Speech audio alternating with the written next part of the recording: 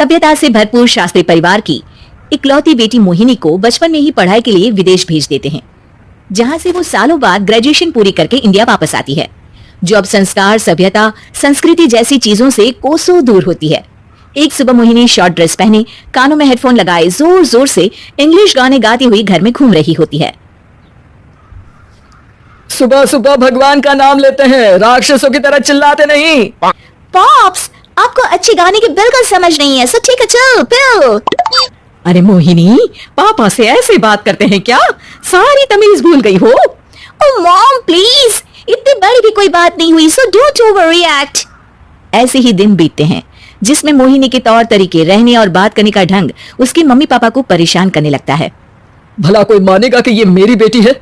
रीति रिवाज और संस्कारों से तो इसका दूर दूर तक कोई नाता नहीं, और अब तो लगता भी नहीं कि कभी होगा।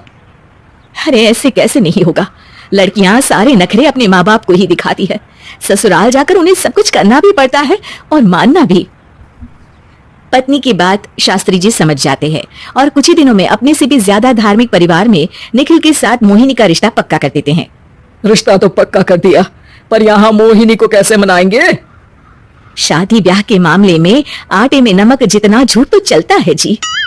इसी तरह एक के बाद एक तिकड़म लगाते हुए दोनों मिलकर मोहिनी को शादी के लिए तैयार कर लेते हैं और मोहिनी निखिल की शादी हो जाती है, जिसके अगले दिन से ही मोहिनी दोबारा अपने पूरे अवतार में शॉर्ट ड्रेस पहनकर घर में घूमने लगती है। बहू को ऐसे देख सास की आंखें फटी की फटी रह जाती हैं। अरे ये क्या बेशर्मी है, हमारे घर की लड़कियां जींस तक नहीं पहनती और तुम बहू होकर इतने छोटे कपड़े पहनकर पूरे घर में घूम रही हो। सीरियसली मॉम, प्लीज आप अपनी इस 80 के दशक वाली सोच में मुझे इंक्लूड मत करो। हाय तौबा, एक तो बेशर्मी दिखाती है, ऊपर से सास के साथ जुबान भी लड़ाती है। अरे जल्दी कपड़े बदल कर आ, घर की पहली आरती तुम्हें ही करनी है। इतनी देर में निखिल भी वहां आ जाता है। माँ पापा आने वाले हैं, पूजा का सारा सामान तैयार है ना? ये पूजा हमेशा मेरे बॉयफ्रेंड्स के पीछे पड़ी रहती थी और अब हस्बैंड के पीछे भी आ गई।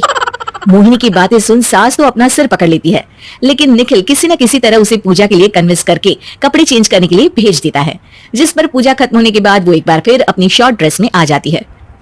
बहू, ये क्या तरीका है? संस्कार नाम की कोई चीज है या नहीं? नहीं ससुर जी, संस्कार मेरा दूसरा बॉयफ्रेंड था, अब तो मेरा उससे कोई कांटेक्ट नहीं है।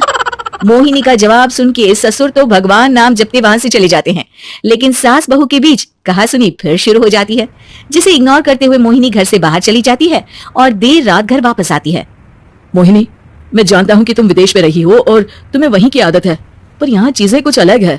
अगर तुम उस हिसाब से कुछ एडजस्ट कर लो तो सबके लिए सही हो जाएगा। I am not in a lecture mood. Good night. अगली सुबह मोहिनी देर से उठकर एक बार फिर उसी तरह सबके सामने आती है, जिस पर उसकी सास कुछ बोले उससे पहले ही मोहिनी की दोस्त मोनिका और रचिल वहां आ जाती हैं। Oh hi darling, how are you? OMG, we missed you so much. I missed you too, darling. Ram Ram, इन्होंने तो तुमसे भी छोटे कपड़े पहने हैं। अरे तुम लोगों के अंदर कोई शर्म लिहाज बाकी भी है या सब बेच खाई? मोहिनी, तुम्हारी मेड कुछ ज्यादा नहीं बोलती? इस पर मोहिनी की दोस्त उसकी सास का मजाक बनाने लगती है, जिसे सुन निखिल उन्हें जवाब देते हुए कड़वे शब्द सुना देता है और वो सुन के वो दोनों तो मुंह बनाए वहां से चली जाती है, लेकिन गुस्से से लाल मोहिनी वहीं खड़ी निखिल को घूरती रहती है। घूर क्या रही हो? तुमसे शादी की ये सोचकर कि विदेश में पढ़ी लिखी हो, घर में कोई पॉजिटिव चेंज लाओगी, अपनी करियर के लिए एम्बिशियस होगी, पर अपने इस बिहेवियर से उस पढ़ाई के साथ साथ अपने मम्मी पापा के नाम को भी डुबो रही हो। अगर तुम्हें ऐसे ही हाल रखना है तो यहाँ रहने की कोई जरूरत नहीं है। निखिल की बातें सुनकर मोहिनी रोते हुए घर छोड़कर अपनी मम्मी पापा के पास वापस आ जाती है। ससुराल में सब कुछ ठीक तो है? वो अपने आप को समझते क्या है? मोहिनी पर चिल्ला रहे हैं? मैं क्यों उसके इशारों पर चलूं? मैं अपनी लाइफ अपने तरीके से जीना चाहती हूँ और वो ना आप लोगों को मंजूर था और ना ही उन्हें है। तुम यहाँ नहीं रह सकती। अपने पापा की बात सुन के मोहिनी हैरान रह जाती है। हाँ, तुमने बिल्कुल सही सुना। अगर तुम्हें अपने इस घमंड, बेशर्मी और बदतमीजी में ही जीना है तो तुम यहाँ भी नहीं रह सकती। बेटी, मैं मानता हूँ हमारे यहाँ रीति रिवाज बहुत मायने रखते हैं और हमने उन्हीं के ओवरडोज से बचाने के लिए तुम्हें विदेश भेजा था।